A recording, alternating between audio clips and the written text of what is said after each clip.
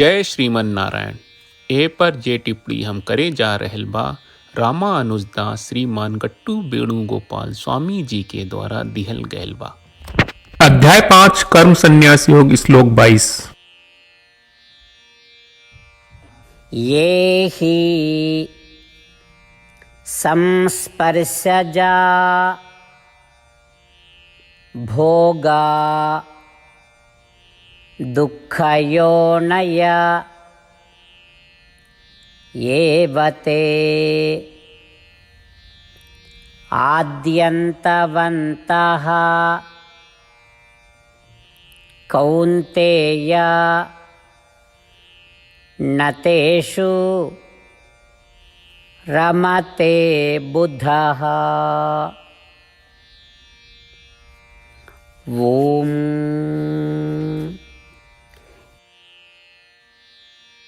गीताचार श्री कृष्ण परमात्मा अर्जुन समेत हमनी सबके कर्म संन्यास योग सिखा रहल बाड़े। परमात्मा कहत बाड़े, अर्जुन इंद्रियन आ अंगन द्वारा अनुभव कहल गयल सुख के भोग से जौन सुख मिलेला उ वास्तव में अस्थायी होला और अंततः दुख लावेला। ई कैसे होला?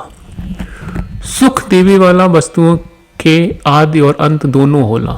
एकर मतलब ई बा कि ई सब वस्तुन का आरंभ और अंत ज्ञात बा। ई तरह आनंद उ वस्तुन से पैदा होला जेकर आरंभ अंत होला और जौन हमेशा अस्थायी होला और दर्द और दुख के कारण होखेला। अर्जुन ई तथ्य के प्रति जागरूक होखेला से संसारिक सुख के प्रति रुचि और लालसा कम हो जाला और आत्मा के प्रति रुचि बढ़ जाला।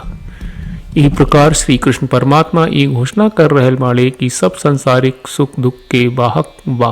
यही से श्री कृष्ण परमात्मा हमनी के संसारिक चीज के प्रति रुचि और लालसा के कम करे के सुझाव दे रहल बानी और हमनी के आत्मा के प्रति अनुराग विकसित करे खातिर प्रोत्साहित कर रहल बानी।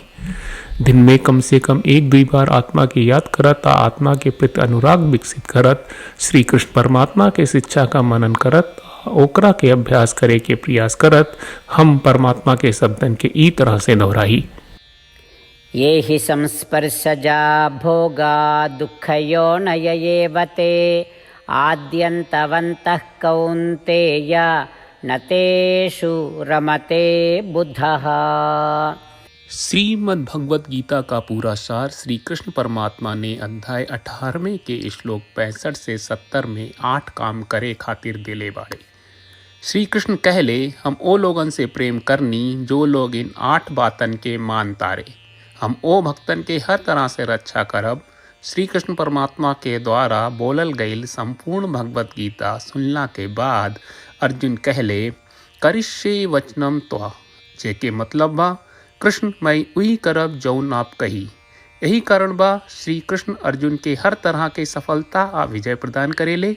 आई परमात्मा के आपन व्रत देई कि हमनी के ये 8 गौ कर्म के पालन करी जा। ई वचन परमात्मा के देवे से बड़न कौनो पूजा तपस्या यज्ञ नहीं।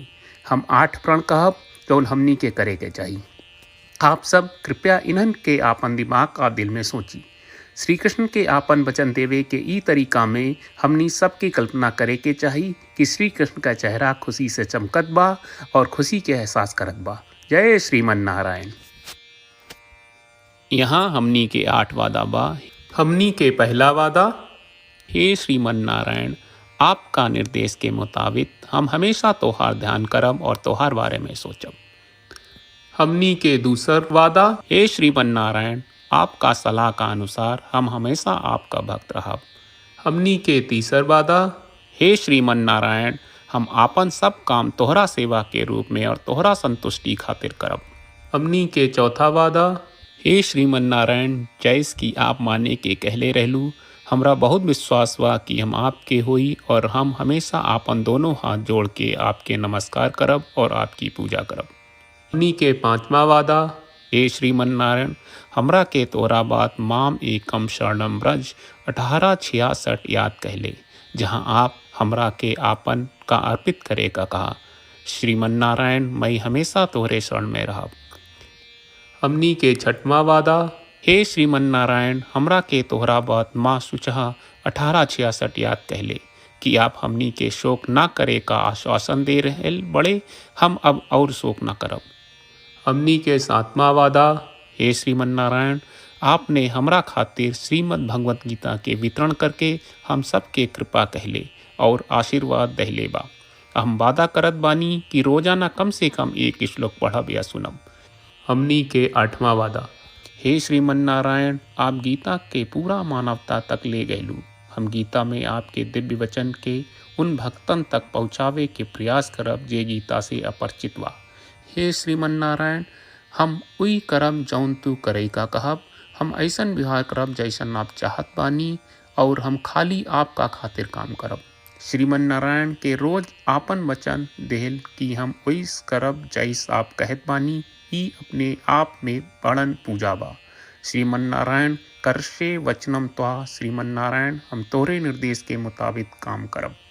सर्वम श्री कृष्ण अर्पणम अस्तु। जय श्रीमन नारायण।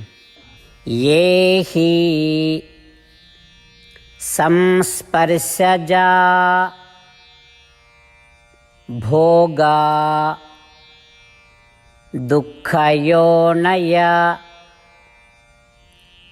एव ते आद्यन्तवन्तः कौन्तेय न तेषु रमते बुधः। ॐ ये हि संस्पर्शजा भोगा दुःखयोनय एव ते आद्यन्तवन्तः कौन्तेय न तेषु रमते बुधः। श्रीमन्नारायण, करिष्ये वचनं तव। सर्वं श्रीकृष्णार्पणमस्तु। जय श्रीमन्नारायण। जय श्रीमन नारायण। सब भक्त लोगों से विशेष अनुरोध बा, जीवन में हर चीज़ में हमनी के तत्कालिक और प्रभावशाली परिणाम की अपेक्षा रहेला। एकरा खातिर आइए रोजाना 1 मिनट के समय निकालल जाए और नारायण आश्रम पढ़ल जाए। नारायण आश्रम प्राप्त करे खातिर नारायण आश्रम वेबसाइट पर जाई, जो www.narayanashram.org है, और पंजीकरण में आपन नाम और ईमेल दर्ज करी। आपके द्वारा प्रदान कईल गई ईमेल पर आपका एक नारायण आश्रम PDF प्राप्त हुई। PDF में एक रामायण श्लोक, एक गीता श्लोक और एक विष्णु नामम बा। ये तीनों के मिल के नारायण आश्रम कहल जाला। हर व्यक्ति के ये श्लोक के अलग अलग संयोजन मिलेला। जब हर कोई 24,000 भक्तन के साथ रोजाना आपन नारायण आश्रम पढ़त आ सुनत बा, ता हर दिन संपूर्ण रामायण का 1 दौर, श्रीमद् भगवत गीता पारायण के 33 दौर और श्री विष्णु सहस्त्रनाम स्तोत्र पारायण के 24 दौर प्रतिदिन पूरा होएला। ये एक बहुत ही उल्लेखनीय और विलक्षण परिणाम बा, जौन हर एक दिन ऐस करे से निकलेला। ये कारण बा कि आप और आपके परिवार के सदस्य तुरते जाके आपन नारायण आश्रम प्राप्त करी। जय श्रीमन नारायण।